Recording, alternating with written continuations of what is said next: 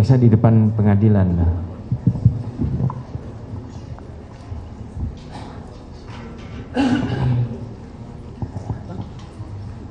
Izin yang mulia.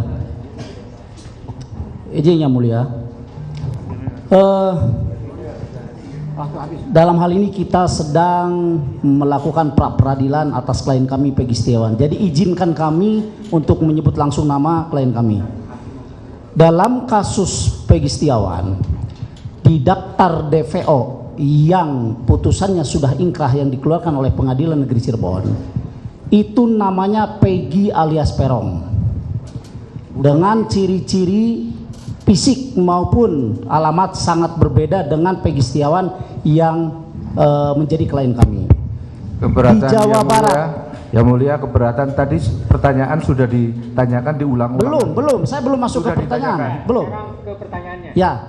Nah, di Jawa Barat ini mungkin ada ratusan bahkan ribuan nama Peggy Setiawan.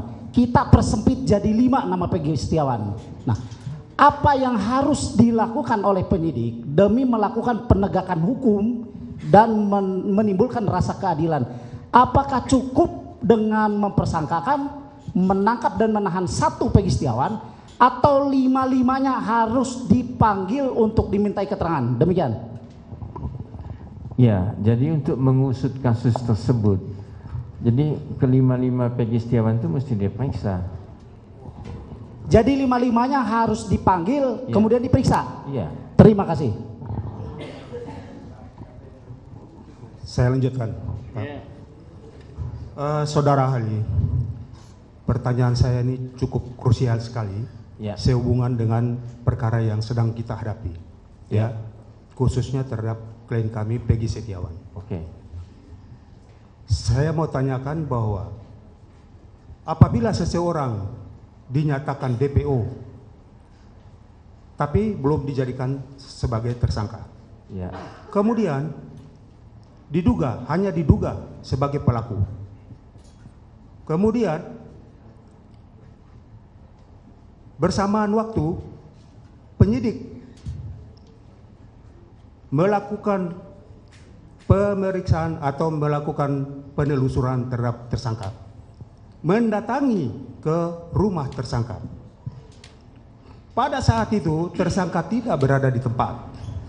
Kemudian barang bukti yang diduga dilakukan oleh tersangka dilakukan penyitaan terlebih dahulu sebelum adanya pemeriksaan terhadap calon tersangka, tetapi barang bukti sudah diambil terlebih dahulu dan tidak ada berita acaranya dan tidak ada penetapan dari pengadilan untuk melakukan penyitaan barang tersebut. Menurut ahli, apakah itu dibenarkan oleh hukum? Ya. Tadi sudah saya jawab, Pak. Ya, Bahwa penyitaan itu ada 2. ya, Yang pertama, penyidik mesti ada izin dari pengadilan atau ketua pengadilan untuk melakukan sita. Apabila sita itu sudah dilakukan tapi izin belum ada, maka dalam waktu 3 hari penyidik mesti minta persetujuan dari ketua pengadilan bahwa dia sudah melakukan sita. ya, betul, Nah, betul. yang ketiga tadi masalah DPO.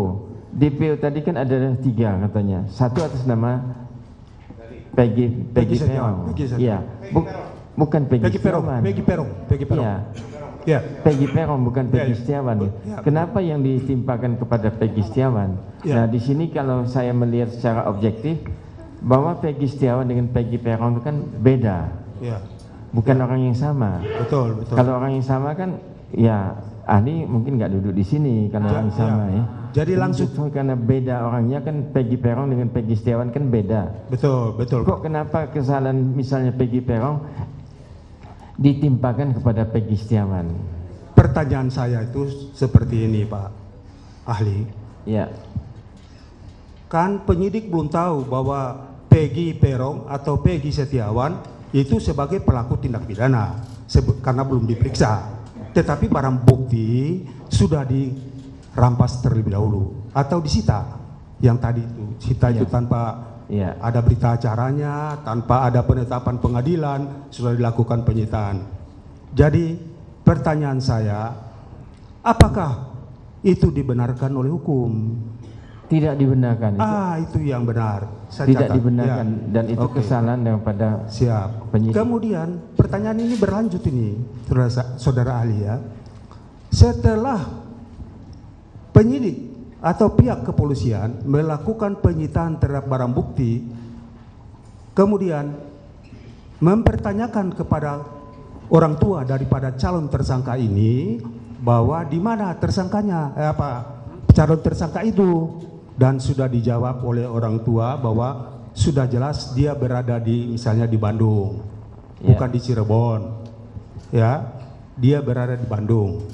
Tetapi polisi tidak menelusuri untuk menangkapnya atau memberikan pemberitahuan atau panggilan untuk diperiksa sebagai saksi atau tersangka. Apa menurut pendapat saksi, menurut pendapat ahli, kemudian 8 tahun kemudian baru dilakukan penangkapan terhadap tersangka yang dilakukan penyitaan motornya. Apakah itu dibenarkan oleh hukum? Ya, semestinya penyidik itu dia mesti manggil Ya. Peggy Setiawan kalau memang itu diduga. Ya. Mesti dipanggil, dia mesti datang. Ya. Di BAP dulu dia sebagai terlapor atau sebagai tersangka nantinya. Itu maksud saya. Ya, Ya. itu kalau Ya. tidak dilakukan salah tuh. Tahu main tangkap aja gitu kan, main tahan gitu kan penyidiknya kan. Ya. Padahal sejarah atau silsilah kasus ini yang jadi DPO adalah Peggy Perong. Ya. Nah, kenapa kok Peggy Setiawan yang diciduk, yang ditahan? Nah, maka justru penetapan penahanan itu pihak kan menuntut perapit di sini, Iya, Pak. peradilan. Itu Ya. jalannya sudah betul, Ya. sudah betul.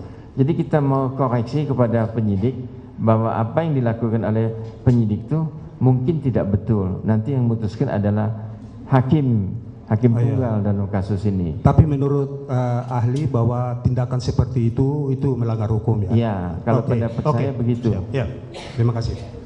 Saya tambah dikit, saudara ahli, biar tambah jelasnya ahli. Berarti apa yang disampaikan, yang diceritakan oleh rekan saya tadi, berarti apa memang sekarang nanti diputuskan oleh Hakim hakim. tunggal. Tetapi menurut ahli, apa yang dilakukan oleh penyidik itu adalah tidak sah. Bagaimana?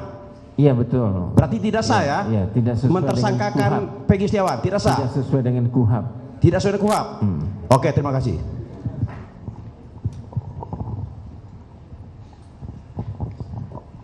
Baik, saya izin bertanya. Menurut pendapat ahli, bagaimana prosedurnya tentang sidik jari seseorang yang erat kaitannya dengan barang bukti? Apakah harus ada sidik jari apakah harus ada sidik jari dalam bukti tersebut? Bukti yang dikumpulkan oleh penyidik. Iya, buktinya.